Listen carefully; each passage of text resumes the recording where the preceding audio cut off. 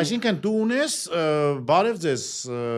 հունիսի 8-ից մենք կունենանք նաև այո, հունիսի 8-ից կունենանք այդ ռելիզը, հուլիսի 8-ից։ Դա նաև մարքեթինգի տեսակետից է։ Բացի մարքեթինգի տեսանկյունից իրականում թող մարդիկ մի հատ քաշեն, հասկանան, օգտվեն, հասկանան։ Մենք այնքան վստահ ենք մեր վրա, որ մի անգամ այդ ամիջը չենք լցրել։ Պրոստը դու մի հատ մարդիկ տենան, ես գիտեմ, որ լավ ֆիդբեք է գալու, ասելու են այսի լավ բան է, սկսելու են օգտվել, ու հետո մենք այն պրոդուկտով ենք մտնում կոնկրետ ուղևորափոխադրումների մասը, որ մենք հիմա փորձում ենք այդ հատվածը վերցնենք, ինքը մասով է բոլորին դա պետք է։ Ու եթե արդեն բոլորը ունենան մեր app-ը ու իրանց դուրը գա, իրանք սկսեն դրանից օգտվել, բնականաբար մեր մյուս ռելիզ արած պրոդուկտներին էլ կվերաբերվեն արդեն ուրիշ լոյալությամբ կամ ուրիշ վստահությամբ, ու մեզ էլ հեշտ կլինի իրանց հետ կոմունիկացիայի մեջ լինել, հենց թեկուզ բիզնես տեսանկյունից։ Դրա համար որոշեցինք այս ստրատեգիան, որ բերեք մի հատ էս անեինք, մարդկանց ցույց տանք, թե ինչքան լավն է այս ամեն ինչը, ինչքան ուժեղ է այս ամեն ինչը, ու հետո մնացածը ռելիզ անենք, մարդիկ սկսեն